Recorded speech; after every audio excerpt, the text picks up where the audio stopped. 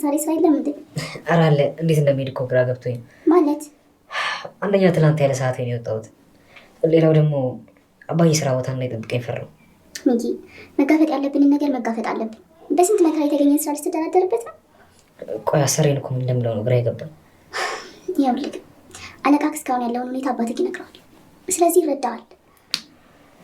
ካልሸሽ እነሳለሁ። በቃ እሺ፣ ቁርስህን በልተህ ትሄዳለህ።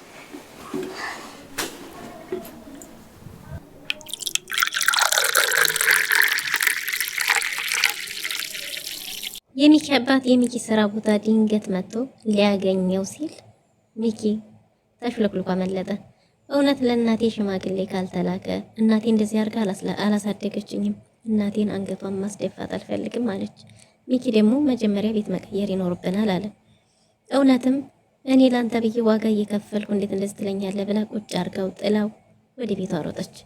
ሰላም ሰላም! ውድና የተወደዳችሁ ወደ ቤተሰቦች እንደምን አላችሁ? እያላችሁበት የዓለም ዳርቻ ሰላማችሁ በዘት ተተርፍ ይበልን እያለን ዛሬም በአዲስ በእውነት ተከታታይ ድራማ ወደ እናንተ መተናል።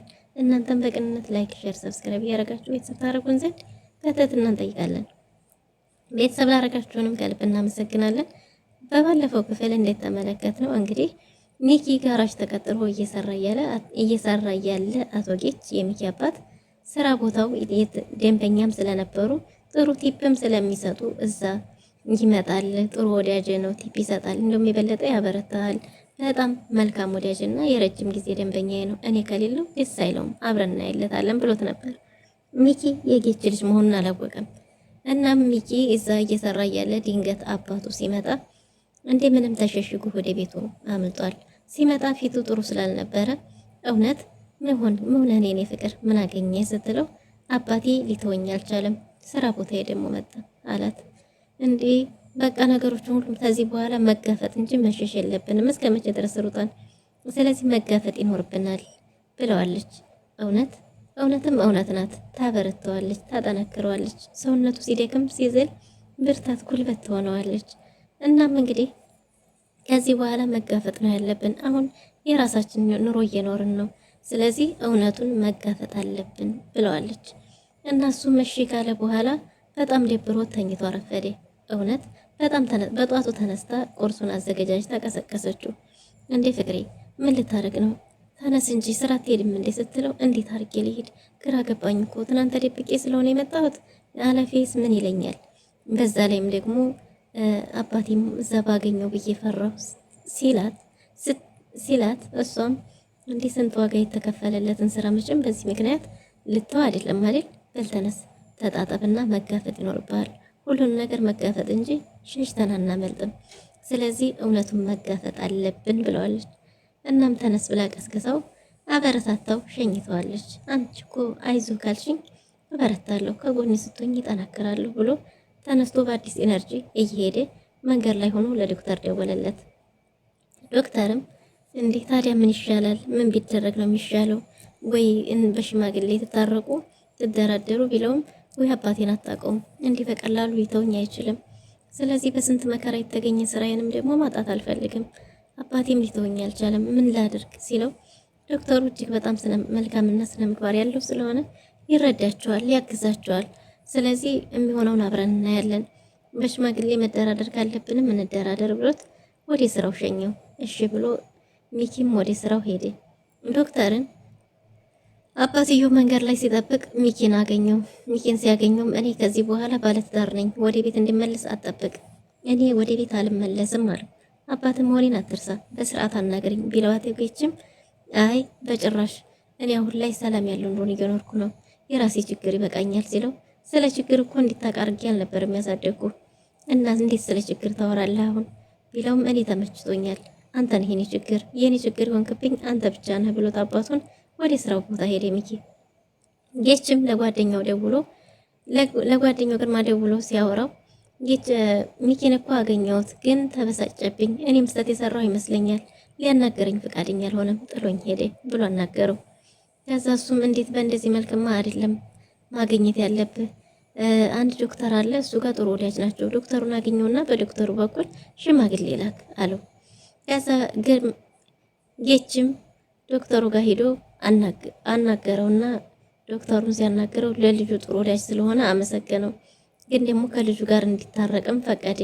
ስለዚህ ከልጁ ጋር ሲታረቅ ልጁ እኮ ትፈቅድላቸው ነው እነሱ እኮ አሁን ባለትዳር ናቸው ቢለውም ያው ወድጄ ሳይሆን ተገድጄ ሲል እንዴ በግዳጅ እንዳይሆን ይሄ ነገር ሲለው እና ወድጄ ነው አልልህም ብቻ አንተ በምንም መንገድ አድርግና ልጅ ወደ ቤት እንዲመለስልኝ ካረግ የዓመት ደመወዝህን እዘጋልሃለሁ አለ። በጭራሽ እኔ እንደዛ ማረግ ሰው አይደል እኮ ሙስና ነው። እኔ ደግሞ ሙስና አልወድም። ሽምግልናው ለመልካም ስለሆነ እሞክራለሁ የተቻለኝን። ግን ሚኪ እሺ የሚል አይመስለኝም አለው። እንዴ ምንም ብለህ ግዴታ ማድረግ አለብህ አይነት ግዳጅ የሚመስል ነገር ተናገረ ጌች።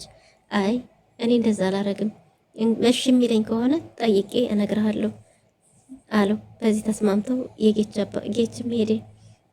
ሚኪም ከስራ ተመልሶ ወደ ቤቱ ሲሄድ ሚኪዬ የሽማግሌዎቹን ነገር እንዴት አደረግክ አለችው። እንዴት እሱ ይደርሳል፣ መጀመሪያ ቤት መከራየት አለብን ሲላት፣ እንዴ ይሄ ቤት እኮ ይበቃናል እዚሁ ብንኖር ይሻላል ሲል፣ አይ ልጅየውን አልወደድኩትም እና ታዲያ ሌላ ቦታ እኮ ቤት ኪራይ ይከብድናል ብትለው፣ አሁን ስራ እየሰራው ነው መክፈል እንችላለን። ስለዚህ የተሻለ ቤት መጀመሪያ መከራየት ይኖርብናል፣ ከዛም እንልካለን ሽማግሌ አላት። ቅር እያላት ብትስማማም እሺ አለች። ግን ቅር ብሏታል በጣም። ከዛም በኋላ እንግዲህ እውነት እሺ ብላ በዚህ ተስማምተው ቁጭ ባሉበት ሚኪ ትንሽ ለረፈረፍት ላድርግና ወክ እናደርጋለን ብሏት ተስማምተው እሺ ተባብለው ስለ ልጆቻቸው ማውራት ጀመሩ። ቢደክመኝም አሁን ደግሞ ባለኝ ተስፋ አበረታለሁ። ልጅ ሴት ልጅ ናት የምትወለደው፣ ስራ ቦታ ሁሉ ልጃት የሚሄድ ይመስለኛል አለ ሚኪ። እንዴ እኔን ተውከኝ ማለት ነው ተባብለው ተሳስቀው ወንድ ነው ሴት ነው ወንድ ነው ሴት ነው ሲባባሉ አይ ሴት ነው የምፈልገው አለ ሚኪና በዛም ተሳስቀው እኔ ልትወኝ ነው ስትለው እኔም እኮ አሁን ስለ ልጄና ስለ ልጄ ብቻ ነው የማስበው፣ ደሞዝ ሲወጣ ለልጃችን ልብስ ግዛላት በእናትህ አለችው። እንደ ጊዜው እኮ ገና ነው ቢላትም አይ እሱን እያየሁ መጽናናት እፈልጋለሁ፣ ምክንያቱም ቀን ሙሉ ስለ ልጄ ነው ሳስብ የምውለው፣ እናት መሆኔን ሳስብ ደግሞ የበለጠ ደስ ይለኛል እያለች ከእውነት ጋር ሲወራሩ ፍቅራቸውን ሲገላለጹ ደስ የሚሉ ጥንዶች ቆይተው ወክ ሊያረጉ በወጡበት እውነቴ ሽማግሌው ባንልክስ አለ። ሽማግሌው ይቆይ፣ መጀመሪያ መስተካከል ያለበትን ነገር እናስተካከል፣ አባቴም እንዲህ በቀላሉ የሚተውኝ ሰው አይደለም አለ። እንደዛ ሲል እውነት ባለበት ቁጭ አድርገው እንደዛ ነው ብላ ጥላው ቤት ድረስ ሄደች። እባክሽ አንቺ ስታኮርፊ ይጨንቀኛል፣ አንቺ ዝም ስትይ መሬትና ሰማይ ይደባለቅብኛል አላት። እናት እንዴት እንደዚህ ትላለህ? እኔ እኮ እናቴ እንደዛ አድርጋ አላሳደገችኝም ብላ ተጨቃጨቀችው። ሚኪ ስልኩን ሽጦ ስለነበረ ሴሙን አባቱ አዘግቶት ነበር። እናቱን ማግኘት አልቻለም። እናቱ በጣም ናፍቀዋለች። እናቴ ያለ አንድ ነገር ካልሆነች በስተቀር እኔ እና እሷ በቀን ስንቴ የምናወራ ሰዎች እንዴት እኔን ሳታገኝ አስችሏት ተቀመጠች። አይ እናቴ የሆነ ነገር ሆናለች አለና የሚያማክረው ዶክተርን ስለሆነ ዶክተር ጋር ሄዶ ከአባቱ በምንም አይነት መንገድ ቢሆን ስልክ ቁጥር እንዲቀበልለት አናገረው። ዶክተርም እንዴት አድርገን ነው አሁን በቀጥታ ብጠይቀውስ እንደዛማ ከሆነ እናቴ እንደማገኛ ካወቀ አይሰጠንም ተባባሉ። እናስቲ ሴምህን ክፈት ብሎት ወደ ቤት መጥቶ ሴሙን ሲከፍተው ሴሙን አባቱ አዘግቶት ነበር። የበለጠ ተበሳጨ። ለዶክተሩ መጥቶ ነገረው። ዶክተር ስለማልናገር ነው እንጂ የእናቴ ነገር በጣም አሳስቦኛል። እናቴ የሆነ ነገር ሆናብኝ እንዳይሆን፣ ምክንያቱም እናቴ እኔን ሳታወራ አንድም ቀን ውላም ማድረም አታውቅም። በቀን ስንቴ ነው የምንደዋወለው አለ። ዶክተርም አበረታውና ምንም ችግር የለም ዶክተር ለኔ ስትል ምንም ዋጋ ከፍለ ታባቴ ተቀበል አለው። እሺ ብሎት አባትዮ ጋር ተቀጣጥረው ሄዱ። ተገናኝተው እዛ በሄዱበት አንተ የምልህን አድርግልኝ ልጄ ወደ ቤቱ እንዲመለስ አድርግ እንጂ ምሳ ብላና ከዛም ደግሞ ወይን ልጋብዝህ አለው። ዶክተር እኔ ወይን አልጠጣም ቢለውም መቼም ይሄን የምታገኘው ወይ በድግስ ወይ በአመት አንዴ ዲያስፖራ ዘመር ሲመጣ ነው አለው።